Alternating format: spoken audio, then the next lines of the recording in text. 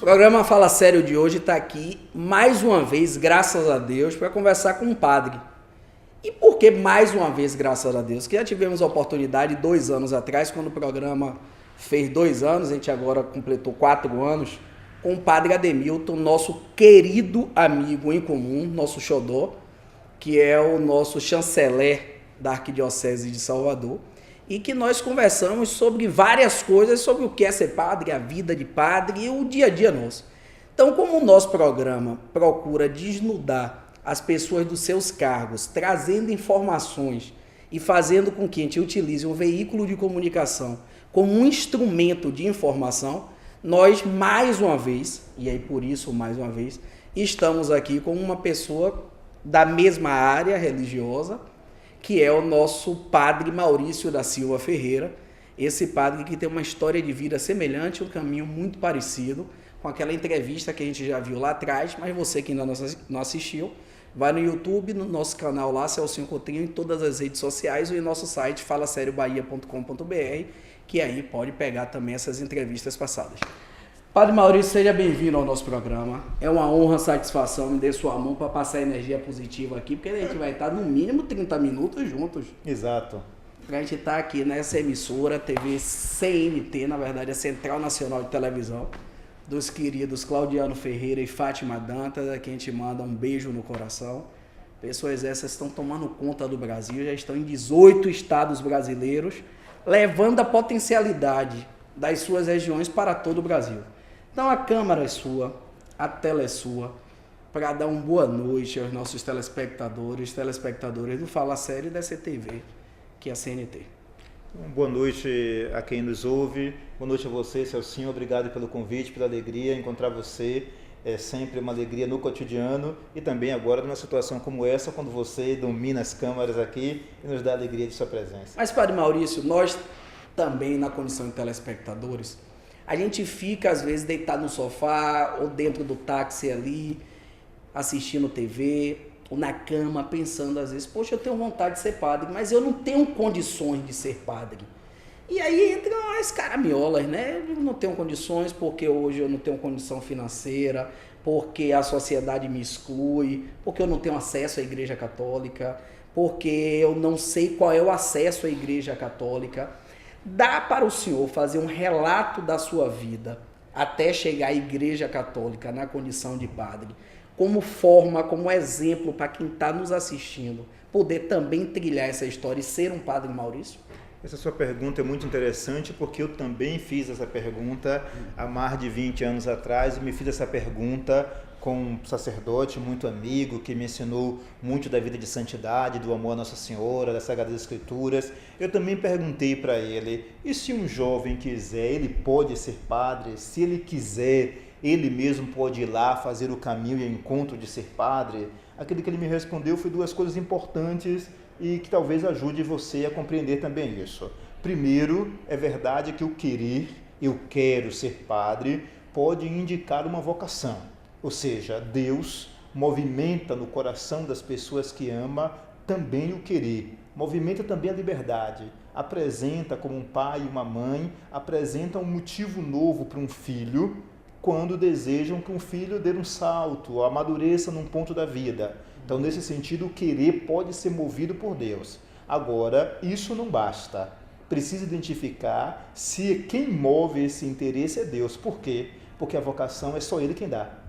E nesse sentido, o nosso querer pode se encantar pela imagem, pela batina, pela roupa do padre, pela beleza do altar, pela imagem do Papa, que é uma imagem internacional, legada sempre a uma bondade, a paz, a irmandade. Alguém pode terminar no seu imaginário se apaixonando. Aí um grande amigo e pai espiritual que foi Dom Lucas Moreira Neves, que foi nosso cardeal arcebispo, ele dizia, olha, um jovem pode estar apaixonado pelas funções sacerdotais, acolhimento, palavra de amor, de misericórdia, condução, liderança, mas não ser uma vocação sacerdotal.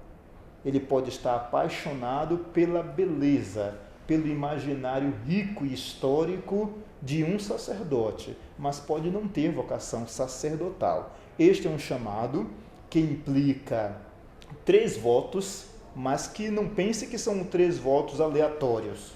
São 3 votos importantes para o seu caminho. Então, neste sentido, ele vai descobrindo aos poucos, não pela perfeição, hein?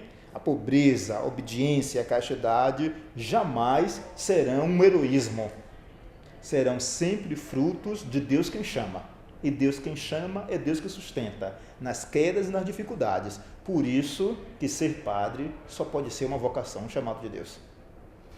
E quando é que dá esse start? Está lá o jovem Maurício da Silva Ferreira, assim como os outros irmãos dele, curtindo a vida normal, inclusive se encaminhando na vida civil, não foi isso? Um curso de arquitetura, pensar uma vida normal, dita normal, fora dos requisitos religiosos, e de repente esse menino insubordinado e irrequieto, esse menino que pensa como qualquer outro, de fazer festa, de namorar, de brincar, de viver a vida mundana mesmo, como é que vem esse estalo e diz, olha, fui chamado? Esse estalo só se dá na vida da igreja, na vida da comunidade.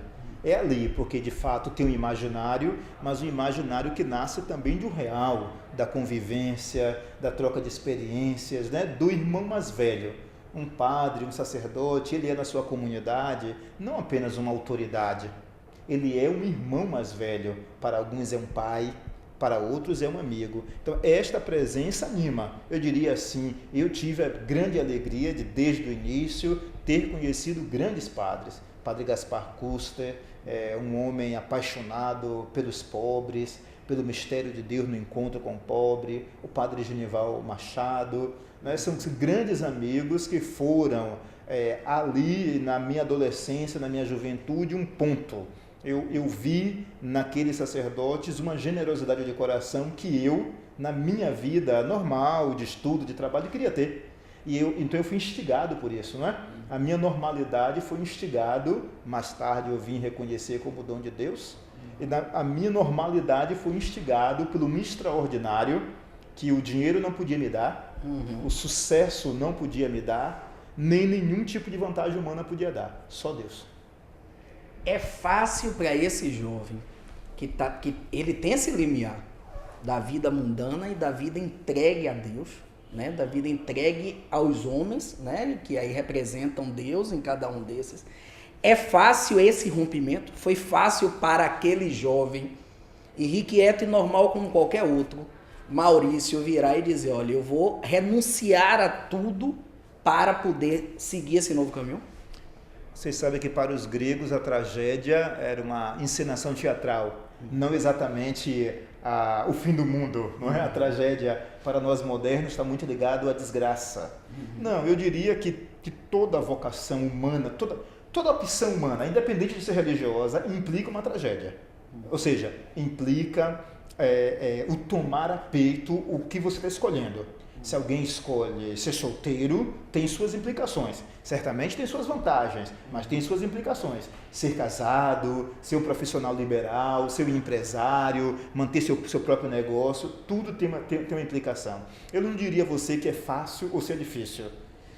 O que pode ser, Celcinho, fácil ou difícil é a liberalidade, a liberdade do meu coração. Eu posso me fechar. Atenção, eu posso me fechar. Isso sim, eu posso. O senhor se considera um padre moderno, aquele que consegue dialogar com a sociedade? Porque eu percebo muito em suas missas, e aí aprendi muito com o senhor e muito com o padre Ademilton, vocês telespectadores, de que dentro da missa tem a parte que sai da Bíblia para ter o discurso, vamos chamar político, que é chamado homilia, né? Tô certo? Tá certo, tá certo. E percebo que essa linguagem que vocês adotam, e principalmente o senhor, é uma linguagem muito próxima da realidade de nós, cidadãos comuns da vida civil, né? Isso é proposital, como uma forma de se aproximar da sociedade e dizer, a igreja caminha ao lado de vocês e nós não vamos ficar presos só à missa em latim, já estamos com a missa em português, não ficarmos só presos nas palavras difíceis que os outros às vezes não têm acesso. Isso é proposital ou é do ser humano Maurício, que é padre Maurício? Bom, tem 3 aspectos na homilia, naquilo que a gente conhece como homilia. Um, você já falou, que é o aspecto político, que é a reflexão da vida, da história, das relações que a gente faz com hoje. Mas a homilia também tem outros 2 aspectos. Tem um primeiro aspecto, que é chamado da interpretação bíblica. Na verdade, o sacerdote na homilia introduz. Recorda você que as Sagradas Escrituras não foram feitas, escritas, testemunhadas na cultura ocidental, por exemplo. Existe uma outra cultura, numa outra língua. A gente tem que traduzir, tem que estudar. A Bíblia implica necessariamente uma leitura crítica. Uma leitura crítica. Não tem como não. A Bíblia é preciso. Ela foi escrita num ambiente que não é o nosso. Então, a homilia é a introdução de uma leitura crítica, ainda que breve, sobre a Sagrada Escritura. E um terceiro momento disso é aquilo que a gente chama de leitura mistagógica, porque essa leitura da Sagrada Escritura, essa leitura política, todas duas alinhadas para aumentar a fé. Todas duas, vamos ao terceiro ponto. Ou seja, aumentar a fé, aderir a nosso Senhor. A fé não apenas formalmente, que formalmente a Assembleia dos Batizados já recebeu a fé, mas ali eu encaminho a amadurecimento da fé. A pia batismal eu posso ter chegado que minha mãe e meu pai me levou, porque um tio, uma madrinha me levaram para serem batizados. Mas depois eu, na minha vida, preciso renovar e preciso dizer sempre sim a essa fé. A homilia, então, é um instrumento, é um modo da palavra. Os padres da igreja gostavam de dizer que nós recebemos o corpo do Senhor por 2 movimentos. Recebemos o corpo do Senhor na Eucaristia, mas recebemos o seu corpo também na palavra de Deus, manducando, mastigando a palavra. Por falar em mastigando a palavra, manducando... Exato, de mandíbula, né? É brincadeira um negócio desse. Fala sério, vocês que sabiam e não sabiam como eu. Nossos telespectadores têm essa vantagem, depois interagem nas redes sociais. Olha, entrevista com o Padre Maurício. Para você que chegou agora no seu sofá, no seu táxi, na sua cama, nós estamos aqui conversando com o Padre Maurício da Silva Ferreira, falando primeiro do seu papel e da forma como encontrou essa disposição, essa tarefa de servir ao Senhor sendo padre. Mas nós vamos chamar o intervalo porque já passamos 15 minutos, não percebemos, e já já a gente volta deixando vocês com mais informações e um pouquinho de curiosidade com o que virá no segundo bloco. Até mais.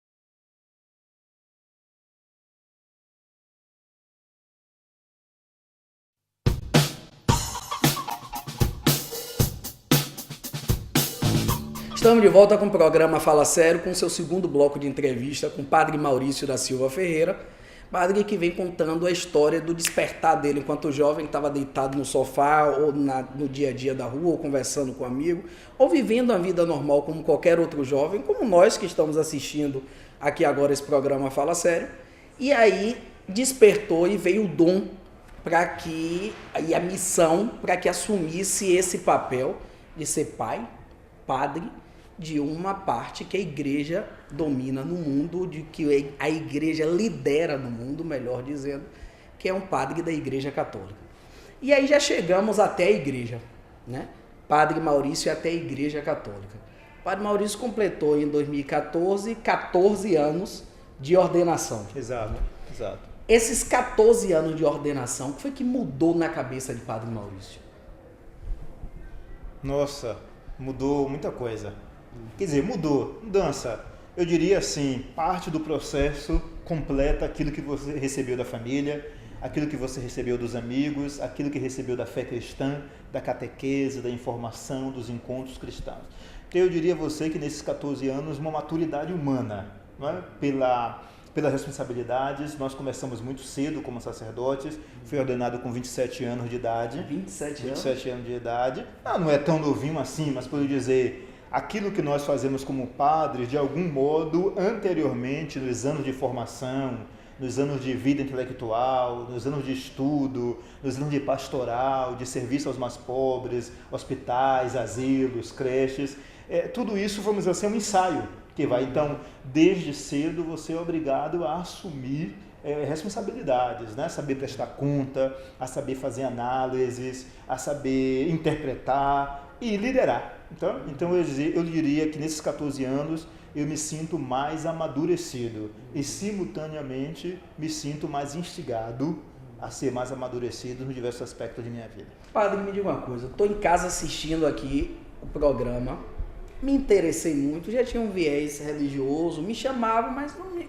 Passava pela porta da igreja, achava bonito, ia no batizado de um sobrinho, de um primo, de um filho, de um afilhado, mas eu sentia que tinha algo a mais, mas passava de ser algo a mais porque eu gosto, porque a gente já nasce católico, onde a gente vai tem igreja, os nossos orientadores são os padres, mas eu, depois dessa entrevista e assistindo essa entrevista, me despertou aqui uma vontade, assim como me desperta a vontade de eu ser advogado, de eu ser médico, de eu ser professor, de ser padre. Eu gostei do depoimento, do exemplo de vida desse que eu estou aí assistindo, que é Padre Maurício. Qual é o primeiro passo que eu devo dar?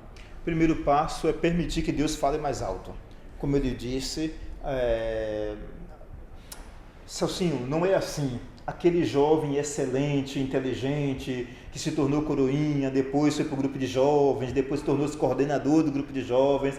Este rapaz necessariamente atingirá o seu ponto alto de vida eclesial porque ele se tornou padre. Não funciona assim. É Deus quem chama, porque só Deus pode sustentar uma vocação. Ponto. Isso aqui eu lhe digo sem nenhum medo, sem nenhum prejuízo de espiritualismo. O único que sustenta a vocação é aquele que chama. O primeiro passo, então, se você não está inserido numa comunidade, é inserir-se na comunidade, nas suas dinâmicas, Perfeito. com sua riqueza. Então, o primeiro passo é esse. Exato, a vida de comunidade. Participar, exato, entender, compreender, viver aquilo para ver se de fato é realmente esse meu exatamente. mundo imaginário. Então não é tão fácil quanto a gente imagina, né, padre? É um assunto muito mais complexo. Eu querer fazer direito, eu vou estudar o segundo grau, como qualquer outro, vou fazer o vestibular, posso passar ou não. Neste caso, não é eu vou estudar e vou passar ou não. Além disso, tem que ter a relação direta, né? Claro. Tem que ter o chamamento. Claro. Olha, embora eu sou livre de não querer mais ser padre, não existe nenhuma força humana, nem eclesiástica, nenhuma autoridade, nenhuma hierarquia que vai me obrigar a ser padre se eu, no meu coração, na minha consciência moral, decidir que eu não quero ser. Embora exista sempre a liberdade humana, embora sempre exista, a vocação sacerdotal é para a vida toda, é para a vida eterna. Não é? Você sabe que quando você se torna padre, a teologia, a doutrina católica, diz que a sua alma é impressa, é marcada com o ministério. Você depois deixa de exercer as funções sacerdotais, mas se é padre para sempre. Não se deixa de ser padre, nunca, nem na sua morte. Interessante o senhor dizer isso, né? Ou seja, se, como tem alguns casos que acontecem, padre casa, ele aí deixa de exercer sua função e ele é um padre casado. Exatamente. Né? Exatamente. Ele deixa de exercer sua função quer viver um novo caminho, mas ele sempre continuará padre. Do sempre. Ponto de vista de que tem que cumprir o rigor do compromisso religioso, até porque, por conta da Igreja Católica, tá par e passo com o Estado, tá par e passo com o dia a dia do cotidiano, a responsabilidade que vocês têm. Outro dia, inclusive, eu conversava isso com o senhor, perguntando se o senhor tem estrutura para aguentar esse peso, porque vocês terminam literalmente virando pai da humanidade, né? O senhor se sente assim, com essa pressão da sociedade? Por que eu digo isso? Com todas as outras religiões, se eu me identifico com ela, eu tenho deferência e eu tenho cobrança. Tenho cobrança de você me abençoar, de você me benzer, de você descarregar. Hoje até na homilia é engraçado o senhor ter dito aquilo, dizer, olha, não precisamos nada mais, nada além, nada mais, nada menos do que a relação com Deus. O restante todo é caricatura, né? Na sua missa de hoje de manhã. E agora o senhor chama essa discussão e que me reporta a questão da Igreja Católica, dos padres. Todos passam pelos padres, seja de que religião for. E tem uma relação que termina sendo uma relação de cobrança, porque ali vê o pai, vê a mãe, vê o psicólogo, vê o orientador, vê o prefeito, vê o governador, vê o seu conciliador conjugal, vê o seu administrador financeiro. O senhor sente esse peso, sente essa, eu não diria nem peso, o senhor sente essa visão da sociedade para com vocês, padres? Olha, na relação com a sociedade, sem dúvida, a Igreja Católica é mais amadurecida. Não porque seja melhor, não estou dizendo que é melhor e que os outros são piores, nada disso. Sim, estou dizendo que nos processos de identificação e construção da cultura ocidental, também da cultura oriental, mas particularmente da cultura ocidental, a Igreja Católica tem uma presença fundamental nos momentos mais tristes e nos momentos mais alegres, nos momentos mais, digamos assim, de maturidade do corpo social. A Igreja tem uma presença muito grande que vai das bibliotecas às estruturas sociais. Mas eu diria que hoje o catolicismo, embora exista dentro do catolicismo grupos mais tradicionais ou tradicionalistas, né? Embora exista no seu seio essas duas identificações, eu digo que para nós hoje, digamos assim, a carga política, da responsabilidade política do mundo, nos sentimos muito livres. A sociedade tem uma autonomia. Mas eu digo eu enquanto ser humano, porque quando eu passo por um padre, eu no mínimo eu peço a bênção, porque certo. A partir dali eu saio mais leve, eu saio protegido. Certo. E o ser humano Maurício da Silva Ferreira sente isso, que permanentemente ele é padre? Assim, certo. Não, sobre isso não tem...